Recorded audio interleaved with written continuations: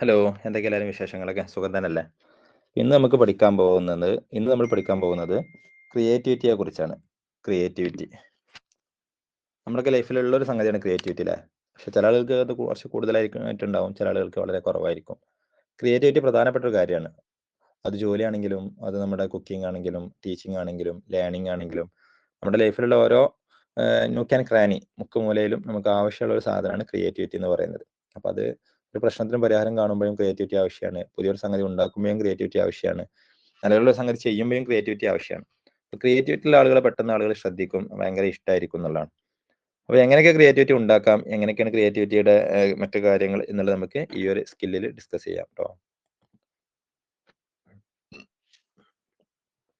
അപ്പോൾ ആദ്യമായിട്ട് നമുക്ക് പറയാനുള്ളത് ടൈപ്സ് ഓഫ് ക്രിയേറ്റിവിറ്റി ആണ്. പല തരത്തിലുള്ള ക്രിയേറ്റിവിറ്റി ഉണ്ട്.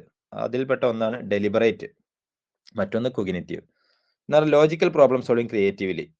പൊതുവെ സയന്റിസ്റ്റുകളാണ് ഈ സാധനം കാണാറുള്ളത്. Deliberate and cognitive.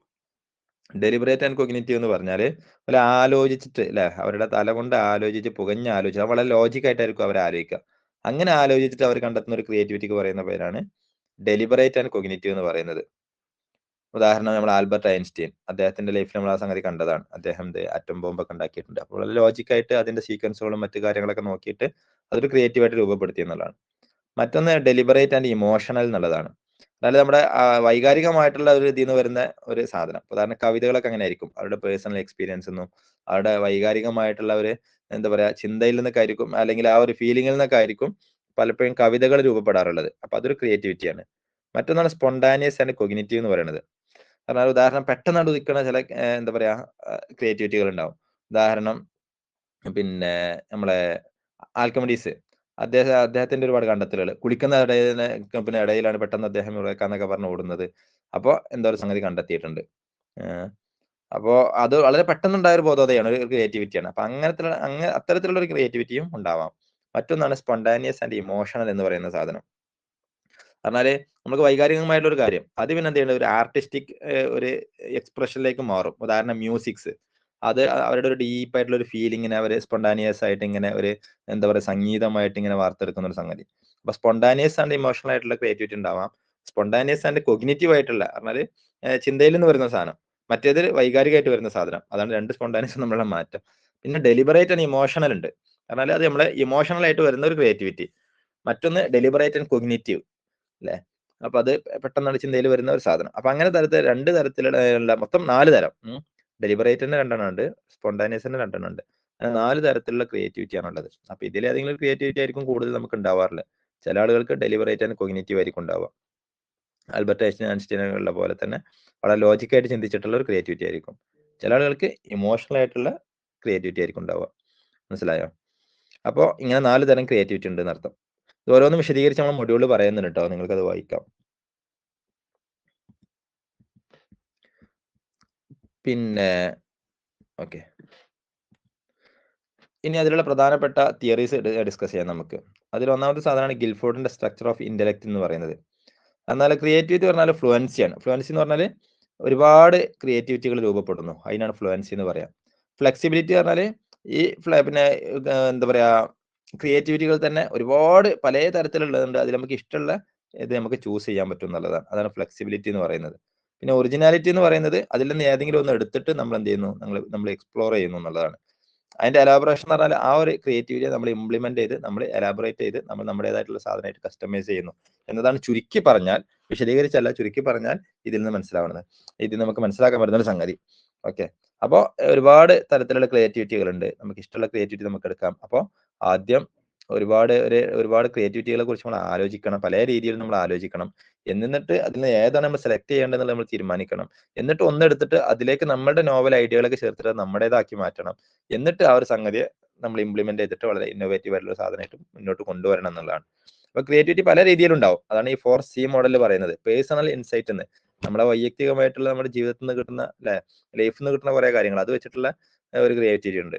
മറ്റൊന്നാണ് ലിറ്റിൽ സി എന്ന് പറയുന്ന എവരിഡേ ക്രിയേറ്റിവിറ്റി. നമ്മുടെ നിത്യജീവിതത്തിൽ നമ്മൾ ചെയ്തുകൊണ്ടിരിക്കുന്ന ഒരുപാട് കാര്യങ്ങൾ അതിൽ ചെയ്യുന്ന കുറെ ക്രിയേറ്റിവിറ്റികൾ ഉണ്ട്. നമ്മുടെ പേഴ്സണൽ ഇൻസൈറ്റിൽ ചെയ്യുന്ന കുറെ ക്രിയേറ്റിവിറ്റികൾ ഉണ്ട്. പിന്നെ മൂന്നാമത്തെ ഒരു സാധനം പ്രോസി, പറഞ്ഞാൽ പ്രൊഫഷണൽ ക്രിയേറ്റിവിറ്റി. പറഞ്ഞാൽ ഇങ്ങനെ ഇത് വളരുന്നതും അങ്ങനെ തന്നെയാണ് കേട്ടോ.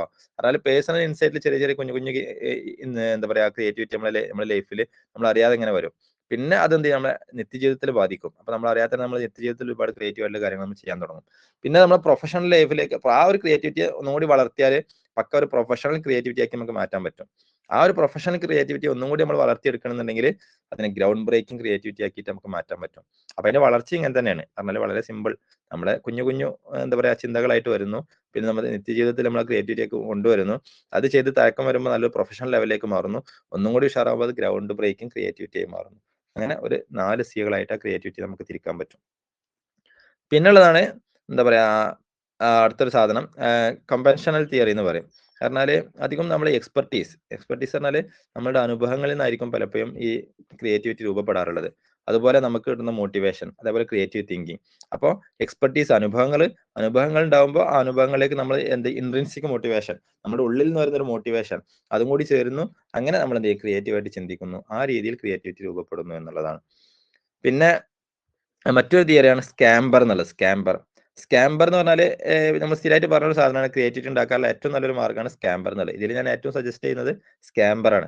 സ്കാംബർ എന്ന് പറഞ്ഞാൽ ആദ്യം എന്ത് ചെയ്യുന്നു, സബ്സ്റ്റിറ്റ്യൂട്ട്. S four substitute. അപ്പോൾ ഉദാഹരണം ഒരു ചെയർ ആണെങ്കിൽ ആ ചെയറിന്റെ ഒരു പാർട്ട് മാറ്റിയിട്ട് പകരം നമുക്ക് വേറെ എന്താ അവിടെ വെക്കാൻ പറ്റുക എന്ന് ചിന്തിക്കുക. പിന്നെ കോമ്പൈൻ, ആ സബ്സ്റ്റിറ്റ്യൂട്ട് ചെയ്തിട്ട് ആ സാധനത്തിന് നമ്മൾ അതിലേക്ക് ചേർത്തിട്ട് പുതിയൊരു വസ്തുവാക്കി മാറ്റുന്നു. പിന്നെ മൂന്നാമത് അഡാപ്റ്റ്, ആ ഒരു വസ്തുവിനെ പുതിയൊരു കൾച്ചറിലേക്ക് നമ്മൾ അഡാപ്റ്റ് ചെയ്യിപ്പിക്കുന്നു. പിന്നെ മോഡിഫൈ, ആ ഒരു സാധനം നമ്മൾ മോഡിഫൈ ചെയ്തിട്ട് വേറൊരു സാധനം ആക്കുന്നു. പിന്നെ എന്നിട്ട് പുട്ട് ടു അനദർ യൂസ്, മറ്റൊരു യൂസിന് നമ്മൾ ഉപയോഗിക്കുന്നു. പിന്നെ എലിമിനേറ്റ്, അപ്പൊ അതിലുള്ള ചില സംഗതികൾ നമ്മൾ ഒഴിവാക്കുന്നു. ആൻഡ് റിവൈസ്, എന്നിട്ട് നമ്മൾ റിവൈസ് ആയിട്ട് ഒരു സാധനത്തിന് യൂസ് ചെയ്യുന്നു. അപ്പൊ അതാണ് സ്കാംബർ എന്ന് പറഞ്ഞത്. അപ്പോൾ എന്താണ് ക്രിയേറ്റിവിറ്റി ഉണ്ടാക്കാനുള്ള നല്ലൊരു സ്ട്രക്ചറാണ് സ്കാംബർ എന്നുള്ളത്. സബ്സ്റ്റിറ്റ്യൂട്ട്, ഉദാഹരണം പറയണമെന്നുണ്ടെങ്കിൽ ഒരു ചെയർ, ആ ചെയറിനെ നമ്മൾ എന്ത് ചെയ്യുന്നു, നമ്മൾ സബ്സ്റ്റിറ്റ്യൂട്ട് അതിന്റെ ഒരു പാർട്ട് അവിടെ നിന്ന് മാറ്റി, ആ ചെയറിന്റെ ഉദാഹരണം അതിന്റെ പിടുത്തം അവിടെ നിന്ന് മാറ്റിയിട്ട് നമ്മൾ എന്ത് ചെയ്യുന്നു, അതൊരു സ്റ്റാൻഡ് ആക്കി മാറ്റി. ഫോർ എക്സാമ്പിൾ ഉദാഹരണം പറയണേ. അപ്പൊ അതൊരു ക്രിയേറ്റിവിറ്റിയാണ്.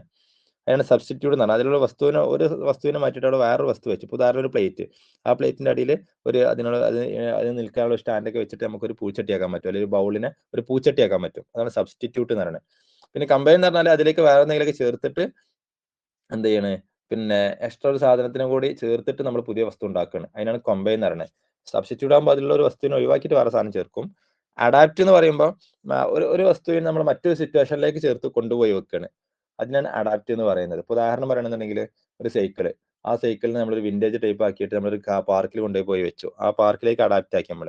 പിന്നെ മറ്റൊരു സാധനമാണ് മോഡിഫൈ എന്നുള്ളത്. ഉള്ളൊരു സാധനം നമ്മൾ മോഡിഫൈ ചെയ്യുന്നു. ഉദാഹരണം ഒരു പേന, ആ പേനയിൽ ഒരുപാട് വസ്തുക്കളൊക്കെ വെച്ച് അതിനെ മോഡിഫൈ ചെയ്തിട്ട് പേന തന്നെ ഒരു വെറൈറ്റി പോലത്തുള്ള ഒരു പേനയാക്കി മാറ്റുന്നു.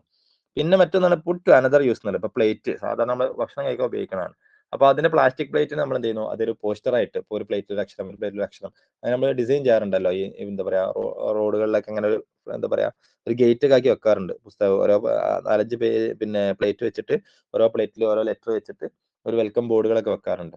പിന്നെ എലിമിനേറ്റ്, അതിലുള്ള ചില വസ്തുക്കൾ നമ്മൾ അതിൽ നിന്ന് എടുത്ത് ഒഴിവാക്കിയിട്ട് അതിനെ വേറെ വസ്തുവായിട്ട് യൂസ് ചെയ്യുന്നു.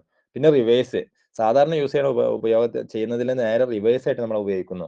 ഉദാഹരണം പറയണമെന്നുണ്ടെങ്കിൽ പിന്നെ എല്ലാവരും ഭക്ഷണം കഴിച്ചതിന് ശേഷം ബില്ലടക്കുന്നു. ചിലയിടത്ത് എന്ത് ചെയ്യുന്നു, ബില്ലടച്ചതിന് ശേഷം ഭക്ഷണം കഴിക്കുന്നു. അപ്പൊ അതൊരു ക്രിയേറ്റിവിറ്റിയാണ്. അത് റിവേഴ്സ് ക്രിയേറ്റിവിറ്റിയാണ്. മനസ്സിലായോ?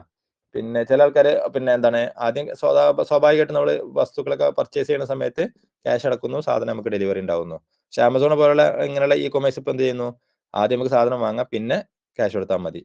Pay later, buy now pay later ഉദാഹരണം. അപ്പൊ അത് ക്രിയേറ്റിവിറ്റിയാണ്. അപ്പൊ റിവേഴ്സ് ആവശ്യത്തിന് നമുക്ക് എന്ത് ചെയ്യാൻ പറ്റും, ആ സാധനത്തിന് റിവേഴ്സ് ആവശ്യത്തിനൊന്നല്ല, ഉള്ളൊരു സാധനത്തിന് റിവേഴ്സ് ആക്കിയിട്ടും ഉപയോഗിക്കാൻ പറ്റും. അപ്പോൾ അതൊരു ക്രിയേറ്റിവിറ്റി നമ്മൾ ആലോചിച്ചാൽ മതി.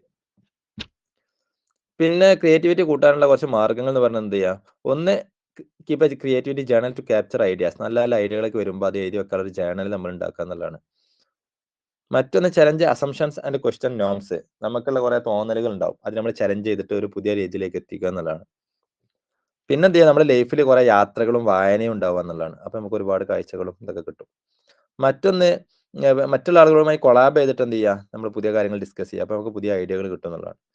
പിന്നെ മൈൻഡ് മാപ്പിംഗ്, മൈൻഡിൽ നമ്മൾ കുറെ കാര്യങ്ങൾ ഇങ്ങനെ മാപ്പ് ചെയ്യുക, വിഷ്വലൈസ് ചെയ്യുക. അപ്പൊ നമുക്ക് കുറെ കണക്ഷൻസ് കിട്ടും എന്നുള്ളതാണ്. മറ്റൊന്ന് നല്ല സൊല്യൂഷൻ കിട്ടാൻ വേണ്ടിയിട്ട് പിന്നെ പല കോലത്തിലും ചിന്തിക്കുക എന്നുള്ളതാണ്, പല ആസ്പെക്റ്റുകളിലും ചിന്തിക്കുക എന്നുള്ളതാണ്, പല മേഖലകളിലും നിന്നിട്ട് ചിന്തിക്കുക എന്നുള്ളതാണ്. പിന്നെ എന്ത് ചെയ്യുക, കണ്ടിന്യൂസ് ആയിട്ട് ചിന്തിക്കാതെ കുറച്ച് ബ്രേക്ക് എടുത്തിട്ട് എന്ത് ചെയ്യുക, നമ്മൾ പിന്നെ സാവധാനം ചെറിയ ഗ്യാപ്പുകൾ ഇട്ടിട്ട് പുതിയ പുതിയ കാര്യങ്ങൾ ഇങ്ങനെ ചിന്തിച്ച് അത് സെറ്റാക്കി കൊണ്ടുവരിക എന്നുള്ളതാണ്. അതൊക്കെ ക്രിയേറ്റിവിറ്റി ഉണ്ടാക്കാൻ പറ്റിയ നല്ല മാർഗ്ഗങ്ങളാണ്. വായിച്ചിരിക്കേണ്ട കുറച്ച് ബുക്കുകളുണ്ട്. ഒന്ന് ക്രിയേറ്റീവ് ഹാബിറ്റ് എന്ന് പറയുന്നത്, മറ്റൊന്ന് സ്റ്റീൽ ലൈക്ക് ആൻ ആർട്ടിസ്റ്റ്, മറ്റൊന്ന് ബിഗ് മാജിക്, അതേപോലെ ദ വാർ ഓഫ് ആർട്ട് എന്ന് പറയുന്ന ഒരു പുസ്തകമുണ്ട്, അതേപോലെ a walk on side of the എന്ന് പറയുന്ന പുസ്തകമുണ്ട്. അപ്പോൾ ഈ പുസ്തകങ്ങളൊക്കെ നിങ്ങൾ വായിക്കാൻ നേരം കിട്ടിയില്ലെങ്കിൽ ഞാൻ കഴിഞ്ഞ ക്ലാസ്സിലൊക്കെ പറഞ്ഞ പോലെ തന്നെ നിങ്ങൾ അങ്ങനെ പ്രോംപ്റ്റ് കൊടുത്തുള്ള സാധനം ചെയ്യുക. അപ്പോൾ ക്രിയേറ്റിവിറ്റി എന്നുള്ളത് think out of the box ആണ്. എല്ലാവരും ചിന്തിക്കുന്നത് പോലെ ചിന്തിക്കാതെ പുതിയ കോലത്തിൽ ചിന്തിക്കുക എന്നുള്ളതാണ്. എന്നാൽ വളരെ പ്രൊഡക്റ്റീവായി മാറുക. അതിന്റെ വ്യത്യസ്ത കോലങ്ങളും രീതികളും തിയറികളും നമ്മൾ ഡിസ്കസ് ചെയ്തത്. നിങ്ങൾക്ക് ഉപയോഗിക്കാൻ പറ്റിയ ടൂൾസ് റൺവേ നമ്മൾ പറഞ്ഞു തന്നിട്ട്, നിങ്ങൾക്ക് നല്ല വീഡിയോസ് ഇമേജുകളൊക്കെ ജനറേറ്റ് ചെയ്യാൻ പറ്റിയ, നല്ല ഡിസൈനിങ് ചെയ്യാൻ പറ്റിയ, ക്രിയേറ്റിവിറ്റി കൊണ്ടുവരാൻ പറ്റിയ സാധനം റൺവേ ML. അതേപോലെ ഡീപ്പ് ഡ്രീം ജനറേറ്റർ ഉണ്ട്, ഇമേജുകളൊക്കെ എന്ത് ചെയ്യും, നല്ല ആർട്ട് വർക്ക് ആക്കി മാറ്റി തരും. അതേപോലെ DALL-E, അത് ഇമേജുമായി ബന്ധപ്പെട്ട പോസ്റ്റർ എല്ലാ സാധനം ചെയ്യാൻ പറ്റിയ സാധനമാണ്. ChatGPT നമുക്കറിയാവുന്നതാണല്ലോ. പിന്നെ മർഫ് AI എന്ന് പറഞ്ഞ സാധനം ഉണ്ട്.